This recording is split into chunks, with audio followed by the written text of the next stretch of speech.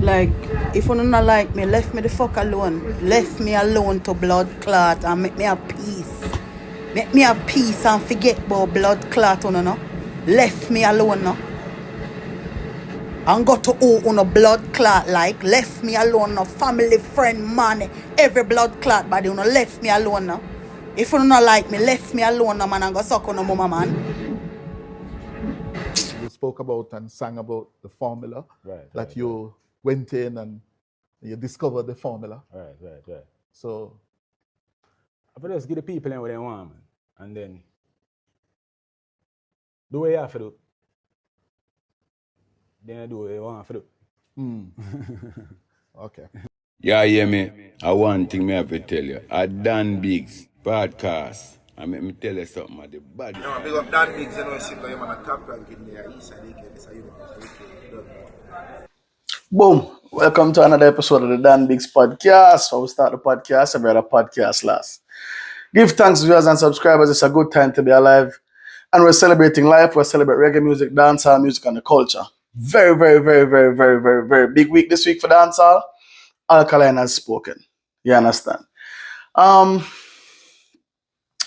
So, as you know, Alkaline has done an interview with Cliff Hughes.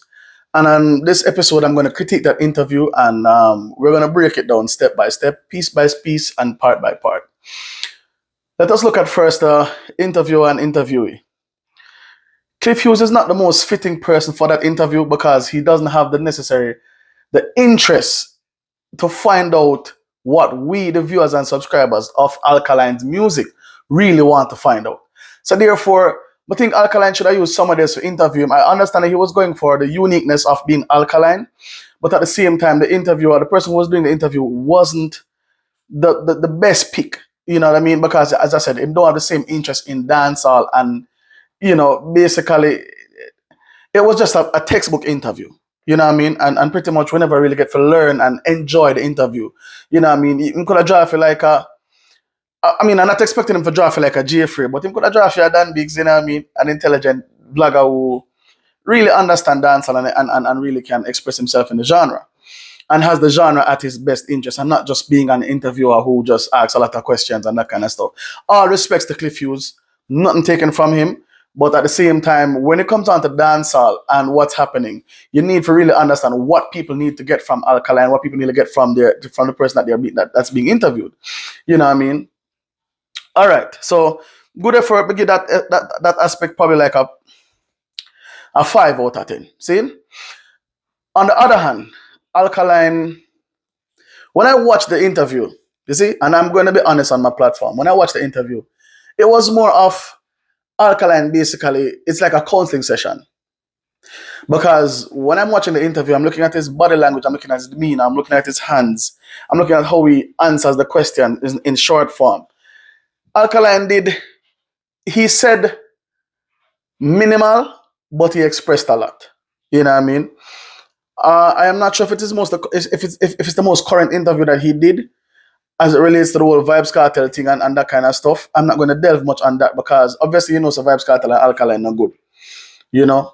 And Alkaline has always been that black sheep, that vendetta boss, that standoff, that black sheep, that individualistic kind of approach to dancehall and to life. You know what I mean? The larger than life aspect.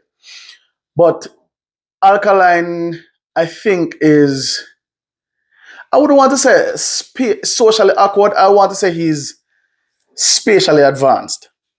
Not socially awkward, but spatially advanced. In that Alkaline understands who he is. He understands the lane where he's in, and so therefore he will continue in his lane without looking left or right. If one of the greatest qualities of a champion horse, whether him have on blinds, yes or no, once you give him the race and him start run, him now look for who are running him. So Alkaline now look upon a Kartel, him now look upon a Massacre, him now look upon a Mavado, him now look upon nobody else in the game, but him new rules fans them and him team. You know what I mean? You also find your Alkaline is in a different sphere. Because like you can find when Cliff Hughes was asking him a couple of questions like, you know, where I'm born and which high school he went to and which primary school he got, it was dragging his memory. And that is saying that he has detached himself from his earlier years. Alkaline is now, He used to be identified as Erland Bartlett or whatever, but no, he is now Alkaline. He is the artist and not just the individual.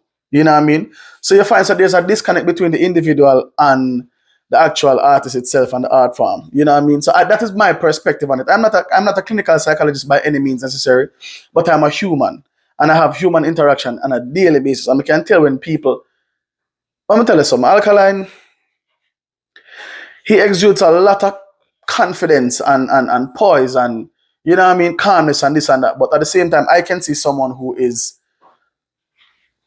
socially different. You know, socially different. And as I say, he's especially in another place by himself. I think that when he referred to VYBZ Kartel and he was talking about, Kartel still being in prison, I think that he's referring to that Kartel's best days or heydays was before and during his prison stint when it comes on to making records. And he's not the only one that believes that. You know what I mean? VYBZ Kartel's climax for his career is between prior to going to prison and being in prison. That is his musical climax when it comes on to creating music. That is his highest point. If you're looking at his impact and what he has done for himself after coming out of prison, this is his biggest impact that he's ever made. So therefore, you look at the VYBZ Kartel prior to, the VYBZ Kartel during his stint and his tenure in jail or prison, and then afterwards. You know what I mean? So you look at his career, like, musical wise, like creating songs and you know what I mean? All of that was good and well before, but now since coming out, the level of potency is not the same, because I guess the hunger is not the same as well either. You know what I mean? Notwithstanding, there's no one that can compare to VYBZ Kartel right now as it is. As it stands right now, there's no one that can compare to a VYBZ Kartel in the music and in the dancehall stratosphere. You know? So you want to look at even like me always have got to talk about Massacre somewhere, somehow, because Massacre my artist. You have to also look at like for example, we look at the dancehall lineage. And I don't want to stray too far from the interview. But you look at the dancehall lineage and you realize why Alkaline and VYBZ Kartel can never get along. When you look at DNA and you look at DNA, if you realize Massacre have a little bounty killer aggression in him lyrics, Kartel came off that same lineage. You know what I mean? So you don't have like a bounty killer, a Kartel, a Massacre, that kind of aggression there. I don't know. Everybody there on the side. Alkaline create a own lane for himself. Alkaline is more of a beanie man. I swear to you. With lyrics, with more lyrics. You know what I mean? And with a cultic following. So for me, the interview overall, was it needed in the space? Yes, it was needed in the space. Did it do its job? Yes, it did its job, because people just wanted to really and truly see Alkaline. They wanted to see him for what's going on with him now. You know, what's his views on VYBZ Kartel being out, which is obviously him telling him views on Kartel, you know, him not really care. And let me see what else. Yeah, the interview, you know, and this is when you associate yourself with, when you've been around the artist and you understand how pressuring being an entertainer is, you realize that Alkaline is coping with stardom. All right. Even though Alkaline has always been an aspirant, he must say, yo, I'm going to always make it. Me always make it. Him couldn't know him going to be this big. Remember now, it take a boy to stand up against a VYBZ Kartel, you know?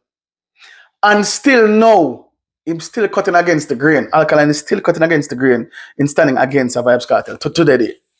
So I'm true to himself. So for me, I'm not necessarily in agreement with Alkaline, but I understand him more from this interview.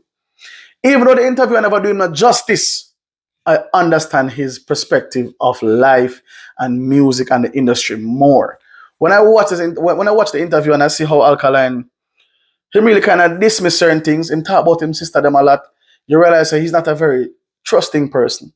And people who don't trust a lot is people who probably have been hurt or disappointed or, you know, been shafted, well, for want of a better term.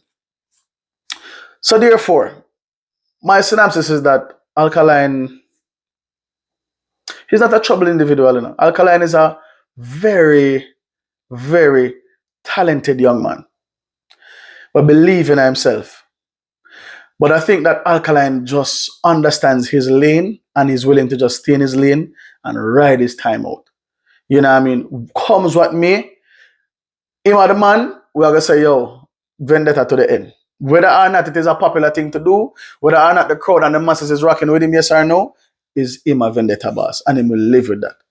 You know what I mean? And I have to say, hats off to Alkaline, because it is very rare that we see people that are cut from that cloth anymore, especially in the dancehall industry. People will, you know what I mean? Look at Aisha, she forget her own career just to be a part of VYBZ Kartel, which is fine as well. You know what I mean? And so therefore, you know, it is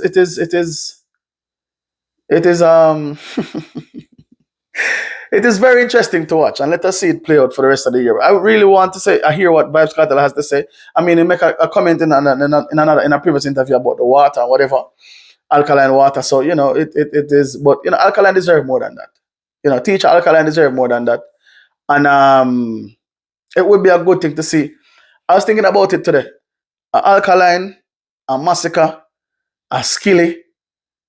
Alkaline, Massacre, Skilly upon a track. More want Niger Boy upon the chorus. Niger Boy upon the chorus, and a little splash of Valiant. You can imagine that. And I don't want it to be produced by one producer. More want a Steven touch with the Steven drums them. And more want a little bit of Russian pan it and a little splash at that sake. You can imagine that. What the blood clot out of my. Anyway, dancehall music is nice. You hear me? So viewers and subscribers, give thanks for watching. Remember, coming up R1000 Barcode, a big party that's something that hosted by Dan Biggs. Yeah, Bikers Invasion, same way, hosted by Dan Biggs.